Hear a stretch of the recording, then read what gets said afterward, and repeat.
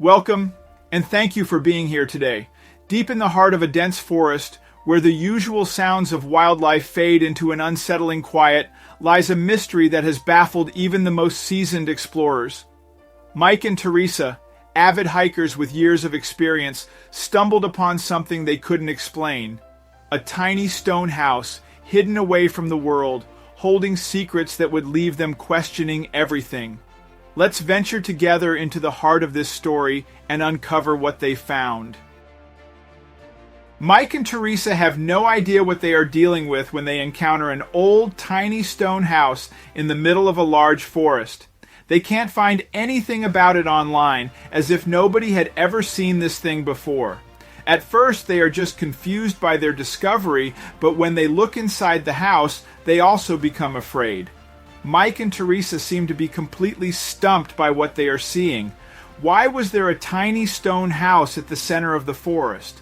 Judging by the looks of it, it had to have been there for decades. They slowly and carefully started to approach it. When they were getting closer and closer, they started hearing a strange noise, not in any way native to the forest. They quickly managed to determine that it was coming from inside the stone house. Teresa used a phone to shine some light into the house and figure out what was going on. "Mike, you are not going to believe this." Mike saw her expression change as she slowly put her hand into the house, trying to get something out. But what had Teresa just found inside the tiny stone house? What was it even doing there in the first place, and why had nobody found it before? Before we start, smash the like button and make sure to subscribe if you haven't, and hit that notification bell so that you won't miss any new stories. As frequent hikers, there wasn't much that surprised Mike or Teresa anymore. After 15 years of hiking together, they were experienced and confident in both their skills and their ability to manage whatever came their way. After all, they'd encountered some truly unbelievable things in the past and lived to tell the tale. They'd seen everything from homeless camps to wild animals in the most unlikely of places while out in nature. Once, the police had even gotten involved after Mike and Teresa alerted them to suspicious activity, but what they were about to find would easily top their list of strange sights forever. One Saturday afternoon, Mike and Teresa were getting ready for another hike in the preserve by their home. They had a usual routine and always used a checklist to make sure they didn't forget anything important. This time, they were planning on going deep into the forest, a trip that would take most of the remaining daylight hours. Their good friend Jonathan was joining them. When they'd mentioned their plans to head to the center of the forest, he'd seemed surprisingly interested in tagging along, even though he wasn't much of an outdoorsman. Mike and Teresa had no reason to doubt his intentions, so they were happy to have him. But there was more to Jonathan than he was letting on. When they arrived at the edge of the forest to meet up with Jonathan, the weather was perfect for late morning. The only downside was the looming shadow over the forest that made it seem a bit ominous. As they continued on into the darkened trees, the hike to the center of the forest wasn't friendly to beginners, but Mike and Teresa had more than enough experience. They watched out for Jonathan, who seemed to struggle with some of the steeper areas. Still, he was obviously determined. They had barely seen any wildlife all day. Mike felt silly for not noticing it earlier. Normally, the preserve was full of small game like rabbits and squirrels. Even if they didn't see them directly, there was always some noise in the background. But that day, there were only a few birds circling in the sky. The other unusual thing was that none of the trails seemed to match up with their maps. The markings and the paths in the actual forest were different. None of them seemed to go to the center of the preserve. Were they lost?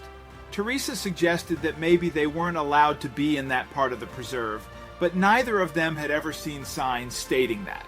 They tried to pull up a satellite view on their phones, but there wasn't any service in the more remote regions.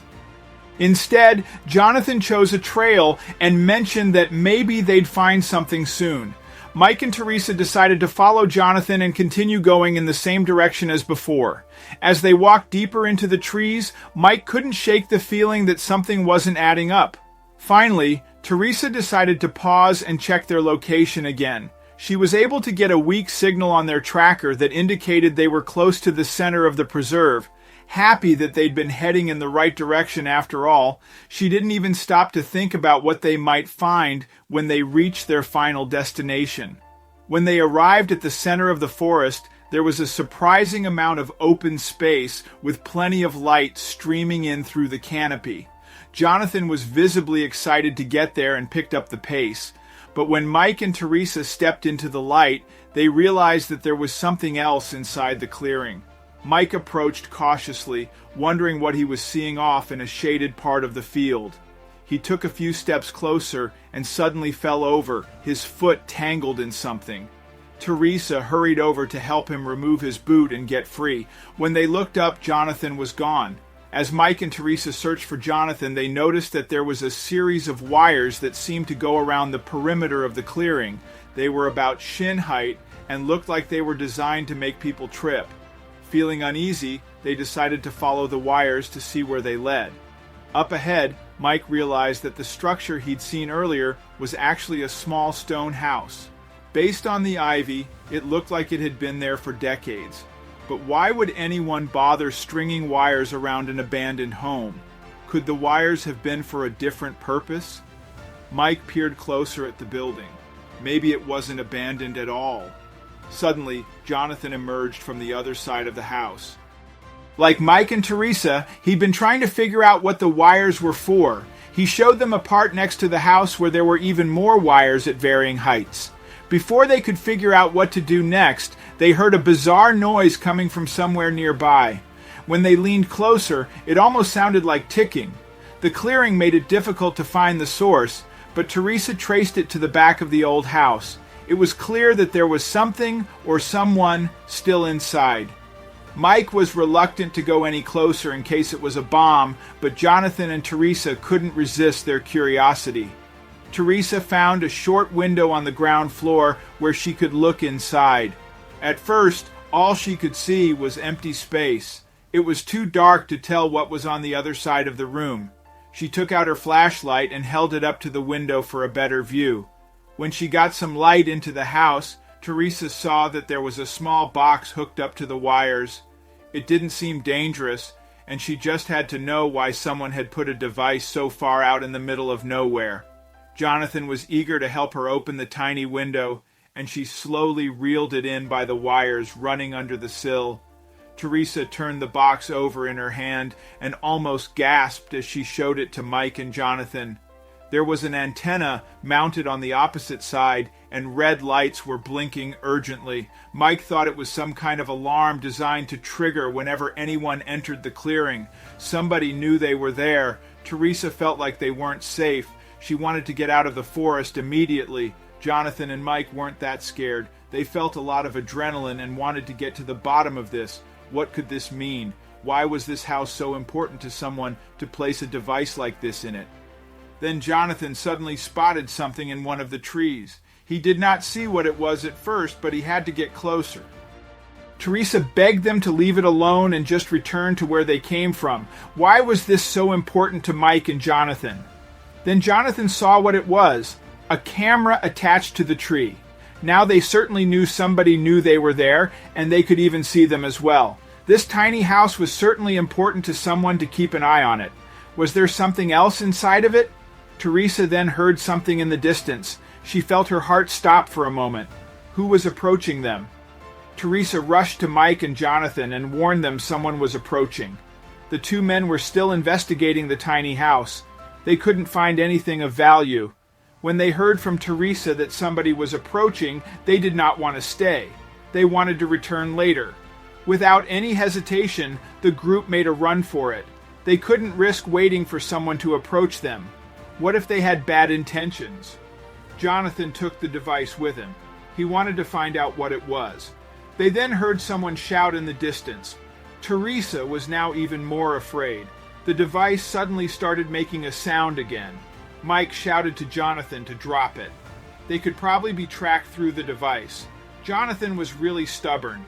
He did not want to get rid of it. Why was this so important to Jonathan that he couldn't leave it behind? Did he have a secret agenda? Suddenly, Teresa tripped over a branch. and Mike went back to help her. Jonathan, however, ran further. Mike shouted at him, but he wouldn't listen. Then Mike and Teresa heard dogs barking. They felt like they had to get out of there, but their priority was to get out of the forest without getting harmed by what was chasing them. They felt like somebody was getting close. The barking was getting louder as well. Teresa hurt herself and couldn't run any further. Mike got in front of Teresa. He wouldn't let anyone or anything hurt his wife. She was way too important to him. Then suddenly, the dog was called off and a man approached them. Who was this mysterious man? The man asked them what they were doing there. Mike was relieved that he would just talk to them. He instantly felt a lot less scared and more relieved than anything. Apparently, the man's name was Peter, and he was the local forest ranger.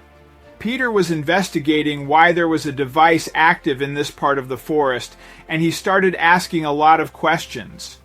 Teresa and Mike explained their reason for being there.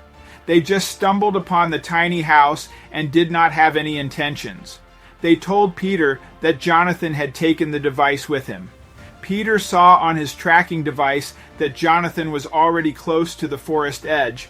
There was no way he or his dog could catch up to him. He invited Mike and Teresa to his cabin in the woods to explain everything. Peter told them that the tiny house was under surveillance, the exact reason he did not want to tell them. The tiny house was a remnant of an amusement park that was closed years ago. As a ranger, it felt like his duty to protect it. The device was a tracking device that he left there by accident the last time he visited. It was pretty costly, so he wanted to get it back. Jonathan was still missing. He had the device and thought he had found something extremely special.